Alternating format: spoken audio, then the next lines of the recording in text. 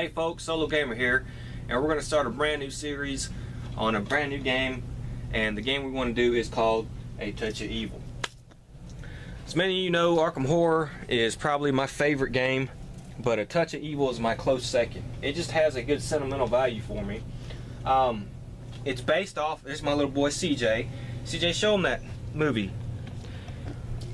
Think Sleepy Hollow, because this is what this game kind of plays like, or kind of feels like. You're several heroes in the Victorian era playing in a small town trying to defeat the monsters. There's even a headless horseman bad guy in this game. A lot of people compare this game to Arkham Horror, say it's an Arkham Horror Light. In many ways it is similar, but it's not as rule heavy. But it is fun. It cries out theme. My only thing about this game is if you just have the base game, the game is nowhere near as fun. To me, this game is one of those type of games where you have to have the expansions to play it. You don't necessarily have to have the hero packs, but you need the big board expansions, and we're going to go over what those bring to us. But if you play it by itself, it can kind of get old and boring real quick. So if you were going to get into this, which I highly recommend A Touch of Evil. Like I said, it's one of my favorite games. If you were going to get into this, though, I would definitely get all the expansions. And of course, right here we have the base game, for Touch of Evil, and you get a board, characters, ton of cards, plenty of bad guys, and just a good all-around game here. There's another expansion for it, a hero pack. We're Hero Pack 1, and it comes with just some new heroes, a bad guy, and a ton of new cards. The next big box expansion we have here is Something Wicked. It comes with a new board, new heroes, new bad guys, ton of new cards. They introduced the Order, the Crimson Hand in it, and a few new rule modifiers, little new gameplay mechanics. Very good. I would definitely, like I said, I would definitely recommend it. We have another Hero Pack, Hero Pack 2. New heroes, new villains, new cards, nothing new major added to the gameplay. And then last but not least, the Coast expansion, a new board, new bad guys, new good guys, new cards, and a few new game mechanics. They just add a lot of variety to the game. So these games, as you can see, are made by Flying Frog Productions. Now, Fantasy Flight Games, we'll say, are the king of the mountain in game publishing. They really are. But if there were ever any one company that could give them a good run for their money, it's Flying Frog Productions. They make good games. When you buy a game from them, you know you're going to get quality. You know definitely you're going to get quantity. And theme out the wazoo. I mean, it's just theme with them. Whereas Fantasy Flight Games is this big corporation that makes these games, and I'm not trying to say this to be bad about it or anything, but they make games to make money, bottom line profit. Now, they make good games, and they make good quality games, but Flying Frog Productions, you just get the feeling that this is a couple guys who love board games, who's able to start up their own company and put all their heart and soul into it. Jason C. Hill, I believe his brother Scott Hill, you can tell that they love board games and they're excited every time they come up with something new, and it shows in the product. So a big shout out to Flying Frog Productions. I would highly recommend. They have tons of other good games. Last Night on Earth, Fortune and Glory, which we'll also be doing a series on them, with Fortune and Glory. So Flying Frog Productions, give them a try. Look at them, support their company. They make a good product. Well, we're gonna set the game up and we'll get back in just a second. Okay, the game is set. Now, as you can see, these are the boards, and I like these boards here. This is from the base game. This is from Something Wicked. This is from the Coast. It has that old map-timey feel to it. Very nice direction they went in with that. I enjoyed it a lot. And as you can see, I have my miniatures now. I painted my miniatures. Now, let's be honest, I suck at painting. These are terrible, but I just like to paint them.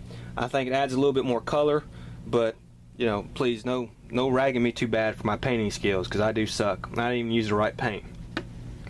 As you can see, each place has a corner location.